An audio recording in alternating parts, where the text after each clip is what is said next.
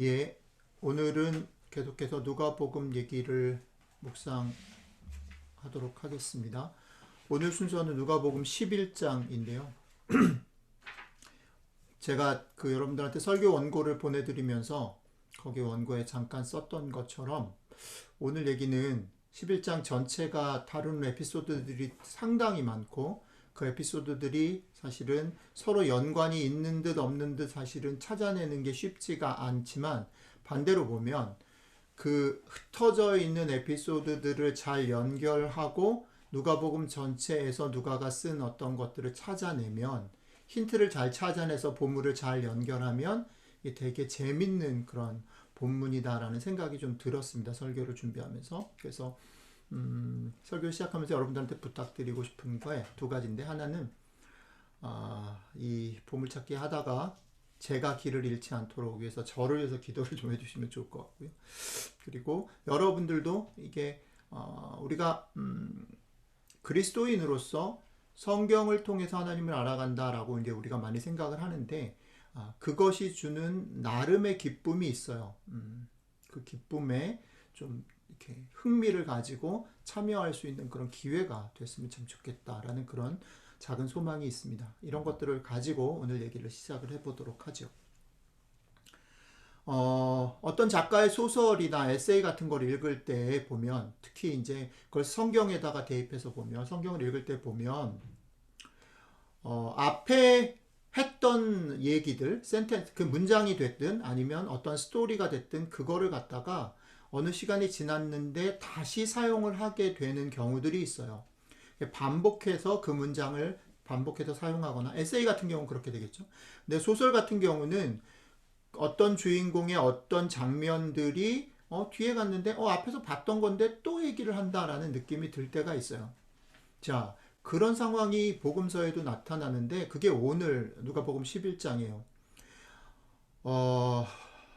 그 소설을 읽는, 글을 읽는 독자들 중에 정말 애정을 가지고 귀가 밝고 눈이 밝은 독자들은 이거 어디서 봤는데 라는 느낌이 들면 거기에 잠깐 멈출 줄 알아요. 왜냐하면 그것을 반복했다라는 것은 저자가 무언가 그것에 강조점을 두고 싶거나 아니면 그것에 다른 어떤 베리에이션을 얘기하고 싶은 그런 마음이 있기 때문에 그런 것이거든요.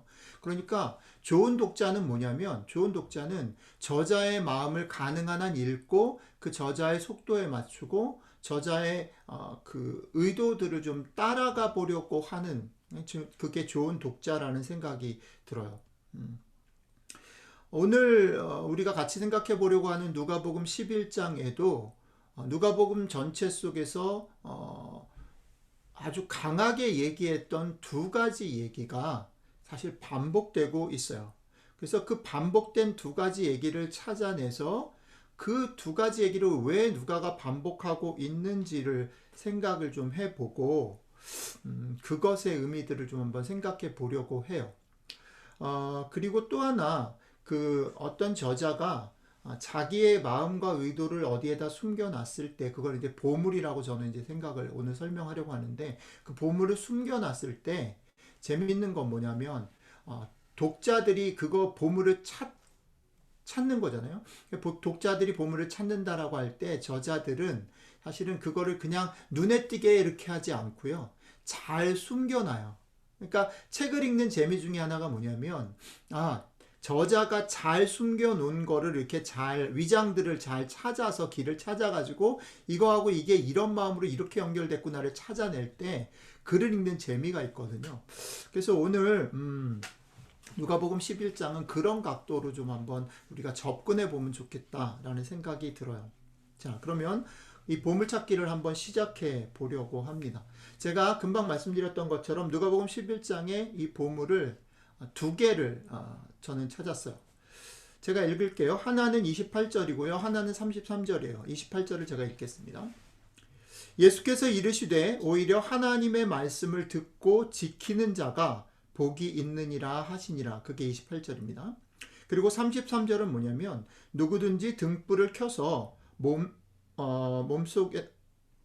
몸속에나 말 아래에 두지 아니하고 등경 위에 두나니 이는 들어가는 자로 그 빛을 보게 하려 하심이라. 아까 말씀드렸던 것처럼 이것은 우리가 앞에 누가복음을 읽었을 때 나왔던 얘기를 다시 반복하고 있어요. 그래서 보물이에요. 자, 어디서 보신 것 같아요? 자, 첫 번째 문장은 어디에 나오냐면 누가복음 8장 21절에 나와요. 제가 그걸 읽어 드릴게요. 예수께서 대답하여 이르시되 내 어머니와 내 동생들은 곧 하나님의 말씀을 듣고 행하는 이 사람들이라 하시니라. 같은 얘기죠. 자, 그 다음에 두 번째 문장은 어디에 나오냐면 8장 16절 조금 앞에 나와요. 뭐라고 되어 있냐면 누구든지 등불을 켜서 그릇으로 덮거나 평상 아래 두지 아니하고 등경 위에 두나니 이는 들어가는 자들로 그 빛을 보게 하려 함이라. 그렇죠? 8장에 나오는 사건들 속에서 이 얘기는 예수님의 형제 자매들이 예수님을 찾아왔을 때 예수님이 반응한 장면과 그 다음에 예수님께서 그 등불을 사용하는 등불을 어디에다 둘 것인가. 그래서 지난주인가 지지난주에 제가 설교 말씀에 나눴던 부분이죠. 그 맥락에서 8장은 사용되고 있는데 오늘 본문에서 11장에서 그걸 다시 사용하고 있는데 사실은 앞에 구절은 재밌는 게 뭐냐면 맥락이 달라요. 맥락이 다르지만 결론이 같아요. 맥락이 다르다라는 건 뭐냐면 8장의 맥락은 뭐죠? 예수님의 형제 자매들이 찾아온 게 맥락이에요. 그렇죠? 근데 오늘 11장의 맥락은 예수님 형제 자매들이 찾아온 게 아니라 어떤 여인이 갑자기 예수님 엄마 마리아를 칭찬하는 거예요. 당신이 대단한 사람이기 때문에 당신을 뵌 그 여인은 복되도다 라고 갑자기 얘기하는 거죠. 맥락이 달라요. 맥락이 다른데 재밌는 건 뭐냐면 결론이 같아요. 결론은 뭐냐면 그 얘기를 듣고 그러니까 자기 형제자매들이 왔다는 얘기를 듣고 그리고 또 그 여인의 얘기를 듣고 예수님의 결론은 똑같아요. 누가 나의 진정한 가족이냐 라는 얘기를 하죠. 하나님의 말씀을 듣고 지키는 자. 그죠? 그거는 8장에서도 마찬가지예요. 하나님의 말씀을 듣고 행하는 사람들. 결론 똑같죠? 근데 두 번째 거는 또 거꾸로예요. 두 번째 구절은 같은 맥락이에요. 같은 맥락 뭐죠? 방 안에 등불을 어디에다 둘 것이냐, 등불의 역할, 그 같은 맥락에서 얘기를 하는데 이번에는 거꾸로 결론이 달라요. 8장에서 등불 얘기를 한 거는 뭐냐면 등불이 그 방 안에 들어오는 사람이 익숙치 않기 때문에 그에게 도움을 주기 위해서 등불이 필요하다라는 얘기를 했단 말이에요. 근데 오늘 맥락에서의 등불 얘기는 그 얘기가 아니에요. 1차적으로. 오늘 맥락에서 등불 얘기는 뭘 얘기를 하는 거냐면 등불을 뭐랑 같이 등치시키냐면 똑같다고 여기냐면 우리 몸에 눈이 등불이다. 그러니까 제대로 잘 볼 줄 아는 사람은 이미 등불을 가졌기 때문에 환할 것이다. 이 얘기를. 그러니까 지난번에 8장에서는 그 등불의 역할을 바깥쪽에 외부 사람을 돕는 것에다 두었다면 11장에서 등불 얘기를 꺼내신 예수님의 그 의도 결론은 뭐냐면 우리 안에 우리의 몸에서 얘기를 하고 싶은 거죠. 그러니까 앞에 거랑 뒤에 거가 두 번 반복됐다라는 면에서 똑같지만 두 개는 첫 번째 거는 맥락이 다른데 결론이 같고 두 번째 거는 맥락은 같은데 결론이 달라요. 일단 거기가 하나 여러분들이 이렇게 밀어 두십시오. 이렇게 옆에 딱 이렇게 해 놓으십시오. 자, 그 다음에 갈 길이 멀어서 그대로 가보겠습니다. 오늘 우리가 같이 생각하려고 하는 누가복음 11장 얘기를 쭉 읽어가다 보면 맨 마지막에 보면 지난번에 예수님 화내신 얘기 우리가 조금 했는데 그때랑 비교할 수 없을 정도로 예수님의 의도를 가지고 화를 막 6번을 내고 계세요. 그 얘기가 누가복음 11장의 마지막을 장식합니다. 6번을 내시는데 6번이 재밌는 게 그러니까 앞에 3번은 바리새인을 향해서 얘기를 하고요. 뒤에 3번은 율법사를 향해서 얘기를 해요. 왜 이런 일이 발생했냐면 제가 흥미로운 구절 하나 읽겠습니다. 45절에 보면 이렇게 돼 있어요. 예수님이 바리새인을 향해서 3번의 화를 막 냈더니 그거에 대해서 한 율법 교사가 예수께 대답하여 이르되 선생님 그렇게 화를 내시는 것, 그렇게 말씀하시니 우리까지 모욕하심입니다. 그러니까 율법사가 있었는데 율법사는 바리새인하고 자기를 차별적으로 생각하고 그냥 같이 덤태기로 욕먹는 게 싫어서 그게 억울해서 항의를 했단 말이에요. 45절에. 그래가지고 이 항의 때문에 바리새인이 욕먹던 거에서 화가 자기네로 포커싱 돼가지고 뒤에 2차전은 율법사들이 3번 고스란히 욕을 먹어요. 2차전이 시작된 말이기도 하고, 예, 그죠?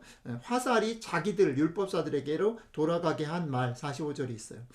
자, 그런데 제가 이 6번의 화, 예수님의 화, 이 화가 1차적으로는 정말 화가 난 것일까라는 질문도 드리고 싶고요. 그 다음에 또 하나는 율법사하고 바리새인이 이렇게 예수님으로부터 저주를 받을 만큼 잘못한 것인가, 이 생각을 우리가 같이 해보자라는 거예요. 자, 일단 그러기 위해서는 예수님이 6번 쏟아낸 화의 내용을 일단 조금 요약할 필요가 있어요. 그죠? 그래서 요약을 해볼게요. 1차전에 3가지는 이렇게 돼 있어요. 첫 번째는 너네가 겉과 속이 다르다. 왜 이 얘기가 나왔냐면, 이 얘기의 출발이 어디서부터 됐냐면 바리새인이 예수님을 초대했거든요. 그 바리새인의 집에 갔는데 예수님이 가서 뭐를 하셨냐면 당연히 손과 발을 씻는 게 맞거든요. 근데 안 씻었단 말이에요. 안 씻고 먹었어요. 이 예수님 잘못한 거거든. 안 씻고 먹으니까 바리새인이 볼 때 그건 안 되는 거예요. 그러면 안 되기 때문에 예수님 그거 안 씻고 먹으면 안 됩니다. 이렇게 얘기를 한 것부터 시작이 됐어요. 그랬더니 예수님이 너네가 겉과 속이 다르다 1번 얘기를 했고, 두 번째는 너네는 예식만 지키는 그런 사람들이다 이렇게 얘기를 했어요. 그 다음에 3번째는 뭐냐면 너네는 7개군요.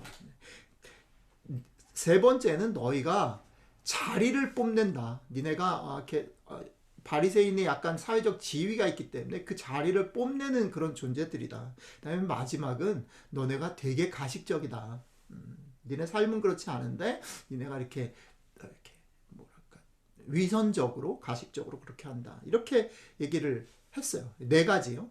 제가 죄송해요. 6개가 7개네요.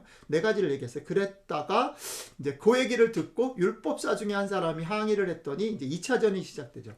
2차전의 얘기는 첫 번째는 뭐냐면 니네는 지기 어려운 짐을 사람에게 지우고 너네는 손도 까딱 안 한다. 그러니까 율법을 막 이렇게 연구해 가지고 어떻게 하냐면 요건 요렇게 해야 되고 요건 요렇게 해야 돼. 요렇게 해야지 돼라고 가르쳐는 주고 지들은 안 한다 이거죠. 지들은 손도 까딱 안 하면서 이렇게 해야 된다는 걸 열심히 가르쳐서 밝혀서 가르친다 이거죠. 두 번째는 뭐냐면 선지자들의 무덤을 만들었다 이렇게 얘기를 해요.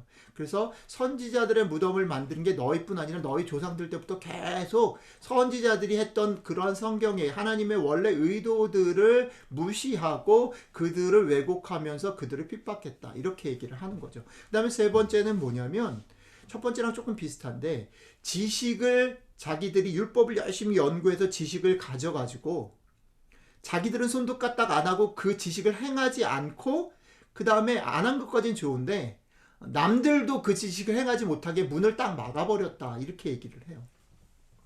자, 이 율법사들에게 쏟아진 이 화의 근거 출발이 뭐라 그랬어요? 율법사가 예수님 바리새인들하고 우리는 좀 다른데 그렇게 똑같이 취급하시는 건 좀 억울합니다 라고 얘기를 해서 이 덤태기를 썼어요.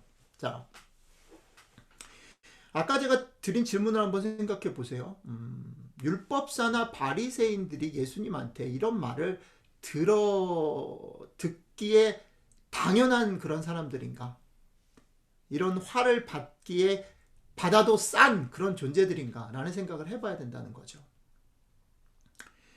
그러기 위해서는 우리가 조심해야 되는 게 뭐냐면 지금 우리의 입장에서 이걸 읽으면서 바리새인하고 율법사를 읽으면서 지금 우리 시대의 입장에서 예수님이 지금 가식적이고 너무 의식을 따르고 지식을 쫓고 실제로 행함이 없는 사람들에 대한 얘기를 하니까 우리는 이걸 읽으면서 큐티를 하거나 묵상할 때 어떤 실수를 범할 수 있냐면 우리 주변에 그런 사람들을 떠올리는 거예요.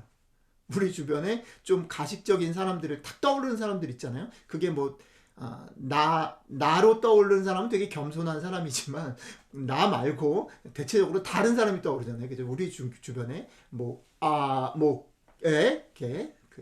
애가 있어요. 그 떠오르면서 그 사람의 모습 속에 가식적이고 위선적이고 정말 이렇게 지식은 가지고 있지만 행하지 않는 사람을 떠올리면서 떠올리면서 어떻게 하냐면 일치가 되거든. 그런 사람들이 있으니까 우리 중에. 그러니까 어떻게 가버리냐면 율법사와 바리새인들은 내가 생각하는 그 사람하고 동일한 사람이었구나라고 그냥 생각해버리고 율법사고 바리새인은 나쁜 놈. 그러니까 예수님이 말한 건 맞아. 얘네는 이렇게 해서 나쁜 놈이야. 라고 생각을 해버리는 제가 실수라고 말씀드렸어요. 실수를 범한다는 거예요. 그러면 안 되고요. 그러면 안 되고. 왜 안 되냐면 예수님 당시에 이 말을 들을 당시에 바리새인과 율법사가 어땠는지 우리가 생각을 안 하고 무턱대고 그렇게 덮어버리면 이 사람들은 억울하잖아요. 그러니까 우리가 이 말씀을 들을 때 생각해야 되는 1차적인 단계는 뭐냐면 바리새인과 율법사가 도대체 그 당시에는 어떤 삶을 살았고 왜 그런 삶을 살았고 왜가 아니라 그 당시에 사람들에게는 어떤 레퓨테이션을 받았는지에 대해서 조금은 들여다보고서 이 평가를 판단해야 돼요. 이제는 우리가 조금은 알잖아요. 그죠? 바리새인들이 왜 나오기 시작했는지 이런 거는 이제 좀 알죠. 바리새인들은 이스라엘이 멸망하고 난 다음에 고민을 한 거예요. 하나님 택하신 백성들이 멸망하다니. 하나님 우리를 지켜주시겠다라고 우리를 택했는데 우리가 어떻게 멸망할 수 있지? 처음에는 하나님을 의심하기 시작했는데 시간이 지나면서 이들이 깨닫기 시작한 게 하나님의 문제가 아니라 구약을 열심히 연구를 하고 뒤져보니까 하나님 문제가 아니라 하나님이 우리한테 기회를 주시려고 이렇게 하시는구나. 그래서 그걸 다시 하나님 우리에게 세컨 찬스를 주실 수 있는 걸 어떻게 찾을 수 있을까를 생각하다가 율법을 열심히 연구한 거죠. 그리고 그 속에서 우리가 잘못한 것을 어떻게 고칠 것인가를 연구하다가 보니까 지금 삶이 너무 엉망인 것을 발견한 거죠. 그래가지고 지금 엉망인 이 삶들대로는 안 되겠다. 이것에 대해서 분리시켜서 우리가 원래 거룩한 것을 찾아야 되겠다. 그래야 하나님의 세컨 찬스를 우리가 가질 수 있다. 라고 생각하는 마음을 가지고 바리새인이 된 거거든요. 구분된 자. 이게 사실은 구약의 전통에 보면 거룩함을 회복하는 거거든요. 요즘식으로 말하면 교회가 문제가 많다 막 이런 얘기 많이 나올 때 또 반대쪽에서 무슨 얘기가 있냐면 그러면 교회가 어떻게 교회를 개혁할 것인가 이런 얘기를 하는 거잖아요. 교회가 어떻게 교회다울 것인가 이런 얘기들을 한단 말이에요. 소수이긴 하지만 그렇죠. 교회가 지금 뭐 세상으로부터 난리잖아요. 이런 평가를 받고 하나님의 이름이 땅에 떨어지고 막 이런 것들을 보면서 안타까워서 교회가 어떻게 교회다워질 수 있을까 어떻게 회복할 수 있을까를 고민하던 그룹 지금으로 보면 그런 그룹이 바리새인이에요. 그리고 그걸 연구하는 사람이 율법사란 말이에요. 자, 그러면 이들의 인텐션과 이들의 삶의 그런 방향들이 이들이 금식을 하고 이들이 율례를 지키고 이들이 구제를 하고 이들이 하는 많은 일들이 과연 나쁜 뜻이었는가? 그렇다고 볼 수 없다는 거예요. 자, 그렇다고 한다면 예수님의 이 아까 제가 그 말씀 드렸죠. 예수님 정말 화가 나서 화를 낸 것인가? 라는 것에도 퀘스천을 해봐야 된다는 거죠. 예수님 지금 어떤 의도를 가지고 이들에게 화를 내고 있는가라는 걸 생각해 봐야 돼요. 지난주에 여러분들하고 나눴던 얘기를 한번 떠올려 보세요. 잠깐 리마인드 하면 이런 거예요. 예수님이 화를 내셨는데 또 예수님이 되게 인자하셨다 이 얘기를 했잖아요. 그죠? 기억나세요? 누구한테 인자했고 누구한테 화를 냈냐? 그러면서 제가 부모가 되는 것에 대한 얘기를 했어요. 그죠? 내 아이들이 아닌 일에 대해서는 인자하고 너그러울 수 있다 말씀을 드렸어요. 그죠? 저는 그런 생각이 들었어요. 오늘 본문을 이렇게 읽고 묵상하면서 누가복음을 읽어 나가면서 예수님께서 바리새인들하고 되게 많이 충돌을 하죠. 율법사들하고 충돌을 합니다. 그런데 그 충돌이 애정이 없어도 충돌을 했을까라는 생각들을 해보게 되는 거예요.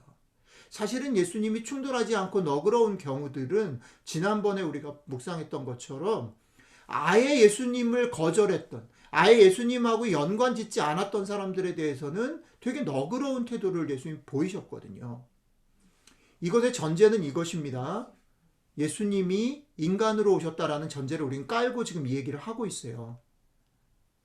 그거 밑바닥에 여기에 이것이 있어요. 그렇다고 한다면 지금 바리새인과 율법사들에게 예수님이 퍼붓는 이 저주의 맥락 속에는 이것이 화나 심판이나 욕이라기보다는 그분이 갖고 있는 마음속 깊은 곳에서의 안타까움, 속상함의 표현에 더 가까운 것일 수도 있다라는 생각을 해보는 거예요. 왜 그게 왜 안타까울까? 이런 거죠. 아까도 말씀드렸지만 바리새인과 율법사들의 원래 의도, 그것은 이스라엘 백성들의 회복, 이스라엘 되어짐, 하나님이 이들을 다시 회복하실 것에 대한 바람과 소망에 기초하고 있거든요. 그러니까 의도가 너무 좋았던 거예요. 그런데 의도가 좋았는데 결국에 이르러서는 망해버린 거예요. 그러니까 안타까운 거죠. 여러분, 목사인 제가 이 본문을 읽으면서 마음속에 어떤 게 드냐면, 제가 사역을 하면서 이전에 그 캠퍼스 사역할 때도 그랬고 지금 작은 교회를 하면서도 그런데요. 뭐가 안타까우냐면 이런 거예요. 아예 교회 안에 있지 않거나 교회를 다니고 있지만 자신의 삶을 하나님의 말씀과 비춰보려고 하지 않거나 상관이 없는 사람들, 교회 생활을 하는 것, 신앙생활을 하는 게 자신의 삶과 그렇게 오버랩 되지 않고 영향이 없는 사람들에 대해서 목사는 안타까움이 없어요. 그죠? 왜냐하면 그들은 그것이 상관이 없기 때문에 뭐 그냥 조금 심하게 말하면 액세서리 하나 더 갖고 다른 많은 것들도 있는데 종교 중에 기독교가 괜찮다고 하면 그 괜찮은 상식적이고 건전한 종교에도 발을 담그고 있는 그런 사람들에게는 안타까움이 없어요. 그들도 그것에 대한 애착이나 간절함이 없을 뿐 아니라 목사인 저도 별 부담이 없는 거예요. 그런데 어떤 사람이 안타깝고 속상하고 기도가 되고 설교를 준비할 때마다 건드려지냐면, 성경을 같이 읽고 큐티를 할 때마다 기도 생활을 하고 신앙생활을 어떻게 잘해보려고 하는데 그게 자기 삶이랑 자꾸 부대끼는 거예요. 그리고 목사인 제가 볼 때 저거 저렇게 하면 될 텐데 안 되는 것 때문에 안타까워하는 사람을 보면 너무너무 마음이 무겁고 일주일 내내 하루 종일 그 사람 생각나고, 근데 어떻게 도와줄 수 있는 방법도 없고 막 이러는 거예요. 제가 볼 때 이 바리새인과 율법사를 향한 예수님의 마음이 이런 거 비슷한 게 아닐까라는 생각이 감정이입이 좀 된 거예요. 그러니까 예수님이 뭘 생각하고 싶은 거냐면, 여기서 뭘 얘기를 하고 싶은 거냐면, 율법사하고 바리새인 니네가 원래 가졌던 마음이 이건데 이게 왜 이런 결과로 나왔는지를 제발 좀 알았으면 좋겠다. 이걸 설명하고 싶은 마음이 누가복음 11장 안에 담겨져 있는 게 아닐까라는 생각을 좀 하는 거죠. 자, 이게 두 번째. 또 밀어놓으십시오. 갈 길이 멀어서 그 다음으로 가겠습니다. 오늘 이야기에 너무 많죠. 이제 벌써부터 질리는데 아무튼 속도를 내볼게요. 오늘 이야기의 초반부에 보면 11장이 시작되어지는 게 흥미로운 사건으로 시작이 되는, 논쟁이 벌어지는 게 하나 나와요. 그게 뭐냐면 예수님이요, 어떤 사람을 귀신을 쫓아내는데 이 사람이 어떤 특징을 가지고 있었냐면요, 귀신이 이 사람을 사로잡아 가지고 이 사람이 말을 못해요. 말을 못해. 그래서 예수님이 그걸 보고 안타까워 가지고 귀신을 쫓아내 버렸어요. 그랬더니 어떤 일이 벌어졌냐면, 귀신이 사로잡아 말을 못하게 했잖아요. 그러니까 귀신이 없어지니까 어떻게 해요? 말을 하게 됐어요. 말을. 그런 사람이 나와요. 이건 사실 다른 복음서에 하나도 없어요. 누가만 얘기해요. 누가복음 11장 여기에서 누가만 얘기하는 사건이에요. 근데 재밌는 게 뭐냐면, 이 사건으로 딱 그 무리들이 둘로 갈라져요. 한 그룹은 이 사건을 보면서 우와, 우리 예수님 짱, 우리 예수님 최고, 이렇게 되고, 또 한 그룹은 뭐냐면 예수님이 뭔가 자기들한테 불편하고 예수님한테 반대하고 싶은데 이게 귀신을 쫓아냈단 말이에요. 그러니까 한 그룹이 예수님한테 동의할 수는 없고 귀신은 쫓아냈고 말 못하는 사람이 말을 하게 됐고, 그러니까 뭐라고 얘기를 해요? 예수님, 너가 한 일은 맞는데 네가 이걸 어디에 줄을 서가지고 했냐면 귀신의 왕 바알세불의 힘을 얻어가지고 그쪽에 줄을 서가지고 얘를 쫓아냈다 이렇게 얘기를 한 거예요. 그래가지고 막 싸우고 예수님이 그거에 대해서 야 말도 안 돼 막 이러면서 설명하는 거지. 야 내가 그쪽에 줄을 섰으면 걔네들 편을 왜 내가 쫓아내냐, 그게 말이 되냐, 이런 얘기를 쭉 하는 거죠. 근데 그거를 얘기하려고 하는 게 아니라 저는 이 장면을 보면서 이게 되게 중요하다고 생각이 드는 게 뭐냐면,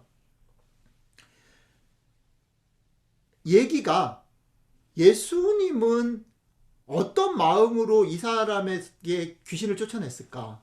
예수님의 마음이 어디 있을까? 이거고요. 근데 예수님의 마음하고 달리 그 군중들은 뭐에 관심이 있었을까? 이걸 보는 거예요. 예수님 편이든 예수님 반대편이든 상관없이 군중들은 뭐에 관심이 있어요, 지금? 누가 더 세냐에 관심이 있어요. 우리 예수님이 더 세냐? 아니면 예수님이 더 센 게 아니라 그거는 바알세불, 그러니까 사탄이 더 센 거에 줄을 서서 그렇게 하고 있는 거다. 누가 더 세냐? 그러니까 누가 더 세냐에 관심이 있다라는 말은 뭐냐면 내가 어느 편에 줄을 서는 게 맞지라는 그 관심이거든요. 내가 어느 편에 줄을 서야 내 삶이 더 나아지고 내 삶이 정답을 찾아갈 것인가 라는 거죠. 그래서 이 사건의 원래 의도한 예수님의 마음은 뭘까요? 예수님의 마음은 불쌍한, 귀신 들려 불쌍한 사람을 그 불쌍한 상황에서 고쳐주는 거거든요. 이 불쌍한 사람한테 마음이 있어서 고친 건데, 그걸 본 사람들은 뭐에 관심이 있냐면 예수님이 힘이 세냐? 정말 답이냐? 답이냐 아니냐에 관심이 있었기 때문에 얘기를 전혀 엉뚱한 대로 끌고 가 버렸다라는 거예요. 자, 제 질문은 여기 있습니다. 여러분들은 뭐에 관심이 있냐? 여러분들은. 이 말씀을 듣고 있는 여러분들, 저와 여러분들은 어떤 거에 관심이 있나요? 자, 요 얘기를 위해서 누가복음 11장 요 사건 바로 앞에 우리가 지난번에 큐티 하다가 많이 얘기했던 무슨 얘기가 나오냐면 기도 얘기가 나와요.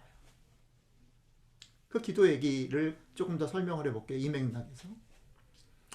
기도 얘기의 맨 시작은 주기도문이죠. 주기도문 가르치시고 그 다음에 비유가 툭 튀어나오는 게 뭐예요?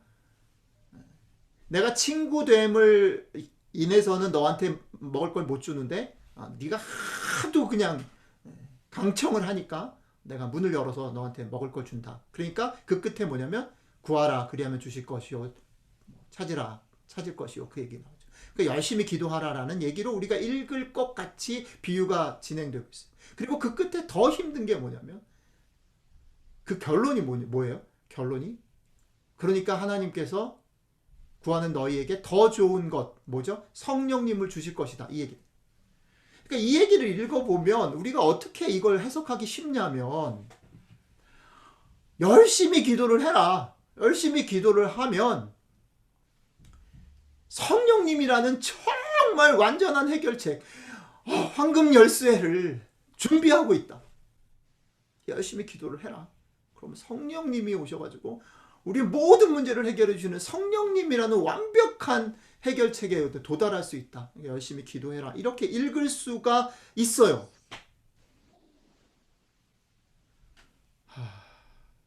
그래서 이런 거예요. 저도 그런 고민 많이 하고 요즘에도 가끔 그런 건데 사역을 하다가 아니면 신앙생활을 하다가 막히는 게 있잖아요.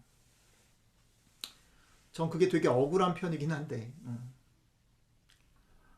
우리 목사님은 너무 지적이세요. 기도를 안 하세요. 뭐 이런 얘기 많이 들었고요. 성령님을 안 구하셔서 그래요 라는 얘기를 듣는데 대부분은 무시해요.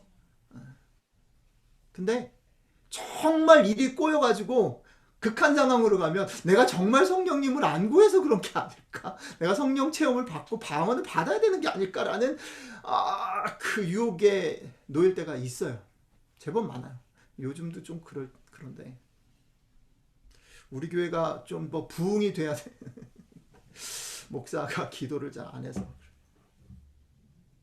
여러분들도 가끔 이제 막 그 은혜 받으시고 막 이러시다가 가끔 끝에 우리 교회가 좀 젊은 사람들도 좀 오고 조금 지금보다는 좀 더 부흥했으면 좋겠다 이런 얘기를 가끔 하시는데 저는 그 선한 의도를 좋아합니다.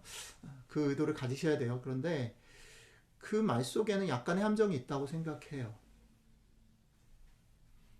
많은 크리스찬들이 성령님을 구하려고 하는, 성령님을 구하는, 성령 운동 쪽으로 기울어지는 대단히 중요한 맥락을 이 본문도 제공해요. 그런데 그것이 정말 오늘 누가복음 11장에서 누가가 예수님을 소개하는 그런 맥락일까? 저는 그건 아닌 것 같아요. 아까 얘기했던 우리의 관심이 어디 있느냐라는 얘기를 가지고 이것을 읽어야 된다는 거예요. 그래야 성령님이 우리한테 가장 큰 선물인 의미가 확인되어질 수 있고 우리가 성령님을, 그런 성령님을 구할 수 있기 때문이에요. 자, 우리들은, 여러분들은 어떤 것을 구하는가?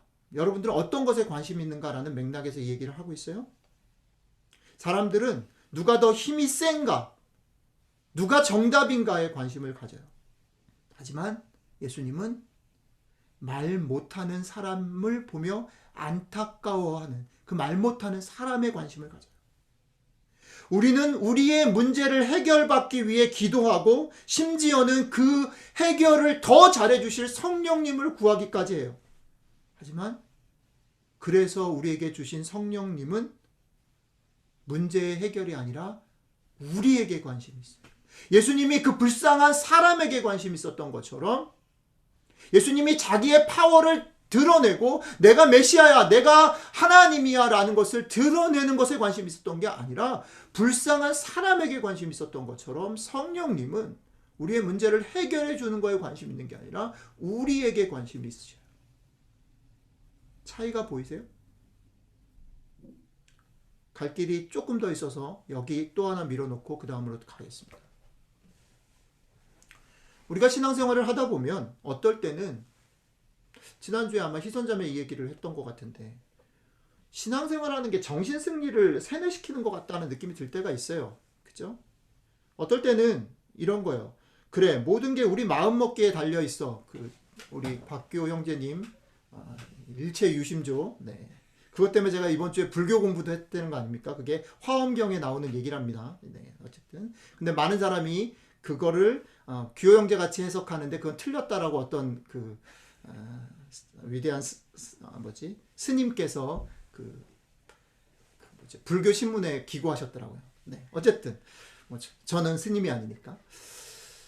그렇게 우리 마음 먹기에 달려 있어라고 얘기하기도 해요. 생각되기도 해요. 또 상황은 변하지 않지만 우리가 끝까지 믿고 참으면 돼라고. 그리고 또 조금 더 나가면 상황과 결과보다는 내면과 과정이 더 중요해라는 것, 이런 것들로 우리를 세뇌시켜서 원래 안 되는 건데 계속 정신승리를 반복하고 있는 게 혹시 우리가 아닐까라는 생각이 들 때가 많이 있어요. 그죠? 그런데 재밌는 거 해볼게요. 오늘 얘기로 가져오면, 그러다가 이제 많은 크리스찬들이 결정을 하게 돼요. 한 그룹은 신앙과 교회를 떠나버리죠. 이거 아니다. 이거 계속 세뇌당하는 것 같다. 이래가지고 나는 여기에 있을 수 없다. 내 양심이 그걸 지지하지 않는다. 나는 하나님 버리고 신앙을 버리고 뛰어나가는 그룹이 있을 수 있어요. 대부분의 경우에 그럼에도 불구하고 여러 가지 이유로 교회에 남기를 결정하는 사람들은 어떤 길로 가게 될 것 같으냐면 오늘 바리새인과 율법사가 보인 길로 가는 것 같아요. 그건 뭐냐면 도사가 되는 거죠. 도사가. 그 도사가 어떻게 되냐면 이런 거죠. 그런 거야. 가끔 조금 한가해지면 그런 생각이 들 때가 있지만 사느라 대강 바빠서 그냥 그러다가 보면 다 문제가 해결이 되고 시간이 지나면 그렇게 되고 신앙은 다 그러면서 배우는 거고 신앙은 거기가 거기야. 교회를 떠날 생각이 없고 신앙을 떠날 생각이 없기 때문에 거기가 거기야 라는 것에서, 그러니까 열심히 할 필요도 없고 그냥 그렇게 살면 돼 라고 도사가 돼요. 그런데 문제가 뭐냐면, 이 도사들의 문제가 뭐냐면 사실 속으로 자기들은 알고 있어요. 그게 다는 아니다. 그걸 알고 있어. 그게 찝찝해. 찝찝하지만 사실 살아야 되기 때문에 그냥 그렇게 도사인 척하고 사는 거예요. 내가 신앙생활 한 20년 해보니까 그래. 우리 엄마 아빠도 그렇고 장로님 목사님들 다 봐도 뭐 대강 다 그래 라고 사는 거지. 그런데 그 찝찝한 게 있어요. 그러니까 이 사람들이 그 찝찝한 거를 어쨌든 해결해야 되잖아요. 그러니까 어디로 가요? 바리새인과 율법사의 길을 가는 거예요. 뭐죠?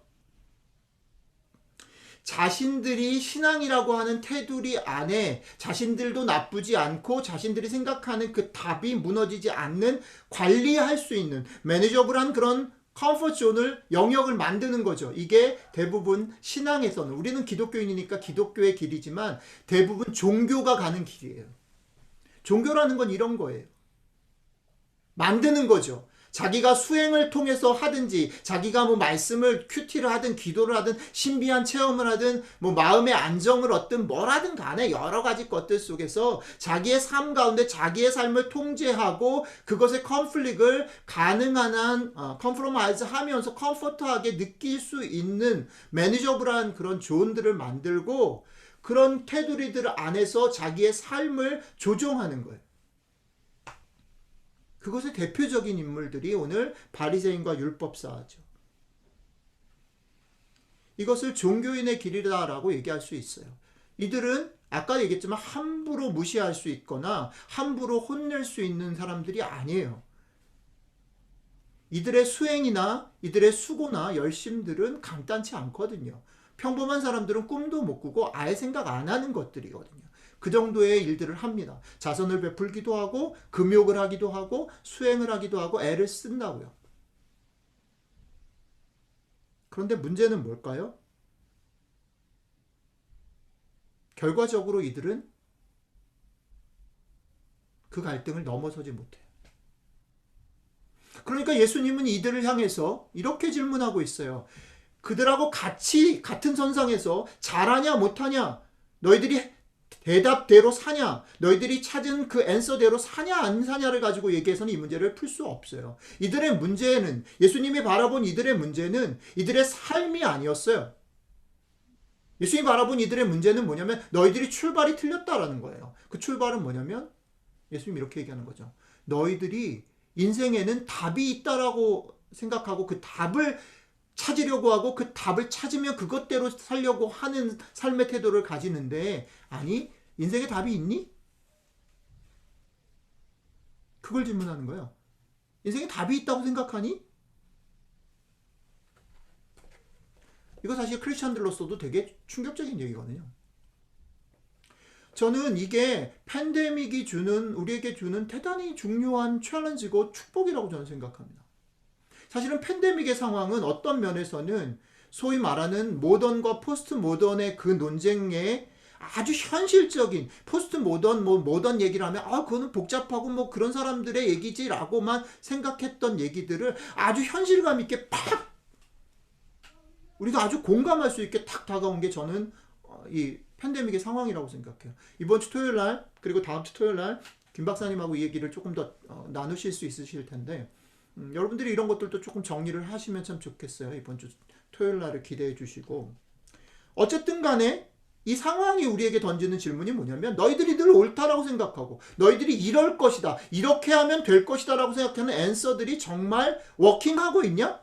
워킹 안 되게 되면 너네 어떻게 할 거냐? 라고 물어보잖아요. 우리한테. 답이 있다고 생각하고 열심히 살았잖아. 사실은요, 재밌는 건 뭐냐면 팬데믹 이전이나 팬데믹 이후나 아예 답이나 뭐든지 상관없이 막 살았던 사람들한테는 이게 스트레스일 게 사실 없어요. 왜 그러냐면 주변에 보세요. 미국 같은 경우도 플로리다로 우르르 다 놀러 가잖아요. 마스크 안 쓴다고 지위가 얼마나 투덜대는데요. 이 사람들 정말 너무해. 그런 사람들이 이전이나 이후가 스트레스가 되나요? 아니요. 누가 스트레스를 받아요? 여러분들이 왜 스트레스를 받아요? 여러분들이 팬데믹 전에는 나름 그런 여러분들의 삶을 어거나이즈하고 답이 있고 나름 그 테두리를 가지고 살았는데 이게 갑자기 어디서 뭔가 튀어와가지고 이걸 다 섞어놔 버렸거든. 이게 길을 잘 모르는 거야. 그렇죠. 예수님이 지금 바리새인들과 율법사들에게 그리고 우리들에게 이 질문을 던지는 거예요. 인생이 정말 답이 있니? 자, 이 질문이 사실은 워킹되기 위해서는 저는 우리가 누가복음을 읽으면서 정했던 대전제가 되게 중요하게 다시 리마인드 돼야 된다고 생각해요. 우리가 뭐라고 했겠죠? 누가복음을 읽을 때 우리가 어떻게 생각하자고요? 하나님이신 예수님께서 하나님됨을 포기하시고 이 땅 가운데 인간의 몸을 입고 오셨다. 그걸 전제로 하자고 했어요. 그죠? 하나님이 인간의 몸을 입고 세상으로 오셨다라는 말의 오늘 버전, 오늘식의 적용은 뭐냐면요. 이런 거예요. 하나님이 하늘에 계셔서 하나님이시면 뭐예요? 정답이 있죠. 분명한 거예요. 하나님이시니까. 그런데 그 정답을 포기하고 이 세상에 오셨어요? 이 세상은 정답이 없는 세상이에요. 왜? 그건 앞에서도 많이 얘기했잖아요. 그죠? 정답이 없어요. 이 사람에게는 이렇게 되고 저 사람에게는 이렇게 되고 그게 세상이잖아요. 이 상황에는 이게 맞는데 내가 어저께는 이게 맞았는데 오늘은 이게 아닌 게 여러분들 경험하잖아요. 그게 이 세상이에요. 이 세상에 오셨어요. 그리고 어떻게 오셨어요? 사람으로 오셨잖아요. 사람으로 오셨다는 말은 뭐예요? 원래 정답을 가지고 계시고 정답이신 그분이 사람으로 오셨다는 건 뭐냐면 그 정답에 제약을 받겠다라는 거예요. 정답을 찾아가는 존재로 오셨다는 거예요. 정답이셔서 그냥 찾을 필요가 없었던 분이 정답을 찾으러 여행을 떠나는 그런 존재로 오셨다는 거예요. 그러니까 사실은 인간으로 이 세상에 오셨다라는 이 말은 우리가 가장 싫어하는 말이에요. 우리가 가장 받아들일 수 없는 선택이고 방법이라는 거예요. 정답을 버리고 정답을 찾는 이가 되는 것. 그런데 우리는 예수님을 믿는다라고 하면서도 어떤 예수님을 좋아하고 어떤 예수님을 바라냐면 하늘에 계셔서 정답으로 그냥 거기 계셔 주시는 예수님을 바라고 그것을 기대하면서 성경을 읽고 그것을 기대하면서 우리의 삶을 꾸려나가고 그것을 기대하며 우리의 신앙생활들을 해나간다는 거예요. 그러니까 어디가 틀렸어요? 스타트가 틀렸어요. 그러니까 우리가 끽해야 잘 가봐야 어디까지밖에 못 가냐면 바리새인과 율법사 밖에 못 가는 거예요. 그러니까 그것은 예수님으로 하여금 복장이 터질 일이에요. 왜? 아예 관심이 없고 상관이 없는 사람들이 그렇다면 그건 안타까울 일이 아닌데 어떻게든 잘해보려고 하는 애들이 잘해봐야 거기까지밖에 못 가는 걸 뻔히 알고 계시는 주님께서 그게 속이 안 상해요. 그러니까 이 얘기를 지금 하고 있는 거라는 거죠. 니네 생각이 틀렸어. 정답이 없어 라고 생각하고서 가야 된다.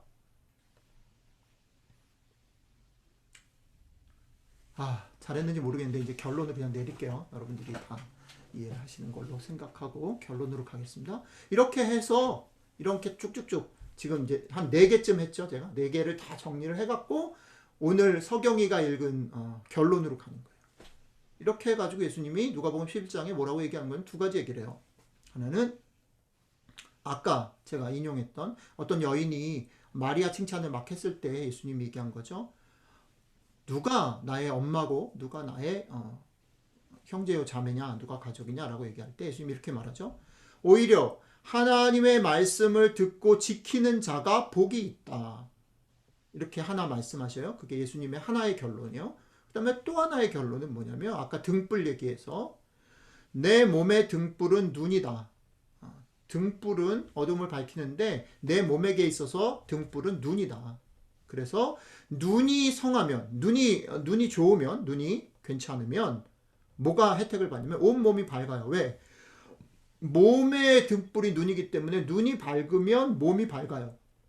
그리고 만일 이 눈이 나쁘면 온몸도 어두울 거다. 그리고 그 뒤에 제가 인용 안 했는데 그 뒤에 뭐가 돼 있냐면 그러니까 뭘 살펴야 되냐면 네 몸이 밝은지 아닌지를 잘 살펴봐라. 그러면 네 눈이 밝은지 아닌지가 결정난다. 이렇게 설명을 했어요. 자, 이 두 구절이 되게 재밌는 공통점을 가지고 있어요. 보세요. 하나님의 말씀을 듣고 지키는 자 그리고 눈이 성한 자 이 사람이 밝을 것이고 복이 있을 것이에요. 다시요.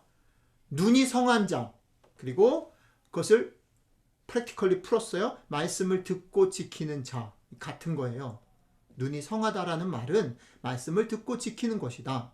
말씀을 듣고 지키는 자, 눈이 성한 자는 몸 전체가 밝을 것이고 복이 있을 거다. 이렇게 얘기한 거예요. 자, 요거를 앞에서 설명한 거랑 결합해서 정리를 할게요. 실제 우리들의 삶에서 신앙을 택하는 것, 예수 그리스도를 따른다라는 것을 택하는 것에 대한 설명을 앞에 쭉 했잖아요. 그거는 안전한 길이 아니에요. 답이 있는 길이 아니에요. 그래서 certain하지 않아요. uncertain한, 불확실한 길이에요. 그렇기 때문에 불확실한 길을 간다라는 거는 뭐예요? comfort하지 않아요. uncomfort해요. 그죠? safe하지 않고, 그죠? secure하지 않고, 그 다음에 comfort하지 않은 거예요. 왜요? 우리가 따르겠다라고 하는 예수님이 그런 선택을 하셨기 때문이에요. 그러니까 여러분 잘 생각해 보세요. 여러분이 신앙생활을 한다라는 게 certain하고 safe하고 comfort하면 여러분들은 예수님을 안 따르고 있다라는 거예요. 이게 잘 생각해 보셔야 돼요.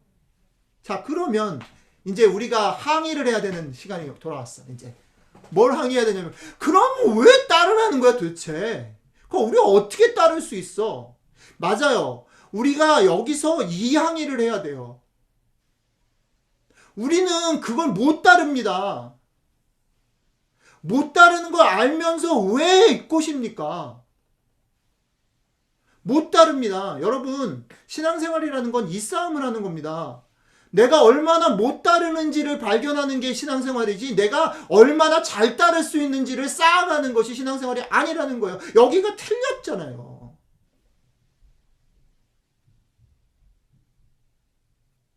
그러니까 열심히 하는 걸 보며 예수님이 안타까워하실 수밖에 없는 것이죠. 내가 못하는 걸 발견하게 되는 것에 내가 신앙을 제대로 가고 있구나라고 생각해야 돼요. 근데 문제는 뭐냐면 그게 너무 힘들잖아. 그렇죠? 자존심도 상하고, 그리고 견디기도 힘들고, 또 주변의 사람들 상황들은 얼마나 우리를 흔들어요. 그래서 뭐가 나와요? 여기에서 성령님이 등장하시는 거예요. 성령님의 원래 정의는, 성령님의 원래 캐릭터는 뭐예요? 변호사예요. 또 다른 보혜사가 성령님인데 또 다른 오리지널은 누구예요? 예수님이에요.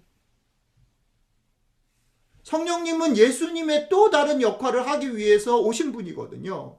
그분의 원래 캐릭터는 뭐예요? 사건의 결과나 사건을 통해서 자기의 파워를 드러내는 게 아니라 불쌍히 있는 그 영혼을 바라보면서 불쌍히 여기는 사람, 우리들이 그걸 해보려고 하는데 안 되는 꼬라지를 보면서 안타까워 하시는 분, 그게 예수님이에요. 그게 성령님이에요. 그걸 못 견뎌 하시는 분, 로마서식으로 말하면 우리보다 더 탄식하며 안타까워 하시는 분, 그게 성령님이에요. 우리는 자꾸 성령님이 우리한테 힘을 좀 보태줘가지고 우리가 제대로 방향 잡은 거를 안 망하게 하는 능력이 있는 분으로 여기고 싶지만, 예수님을 그런 분으로 여기고 싶지만, 성경은 그렇게 얘기하지 않고, 예수님은, 성령님은 아니, 우리를 불쌍하게 있는 우리들을 돕고 해보려고 하는데 안 되는 사람들을 격려해서 어떻게든 끌고 가는 분으로 우리에게 소개하고 있다는 거죠.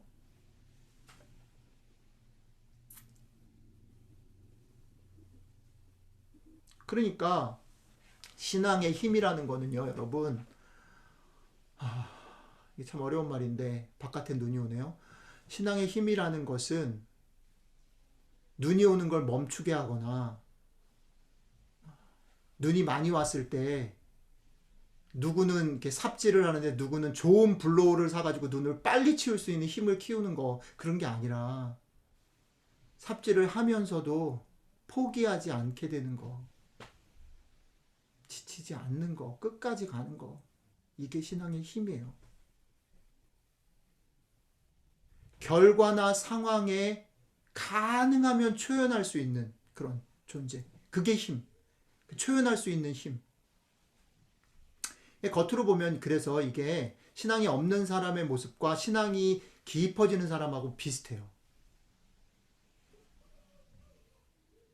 근데 다르죠. 둘은 달라요.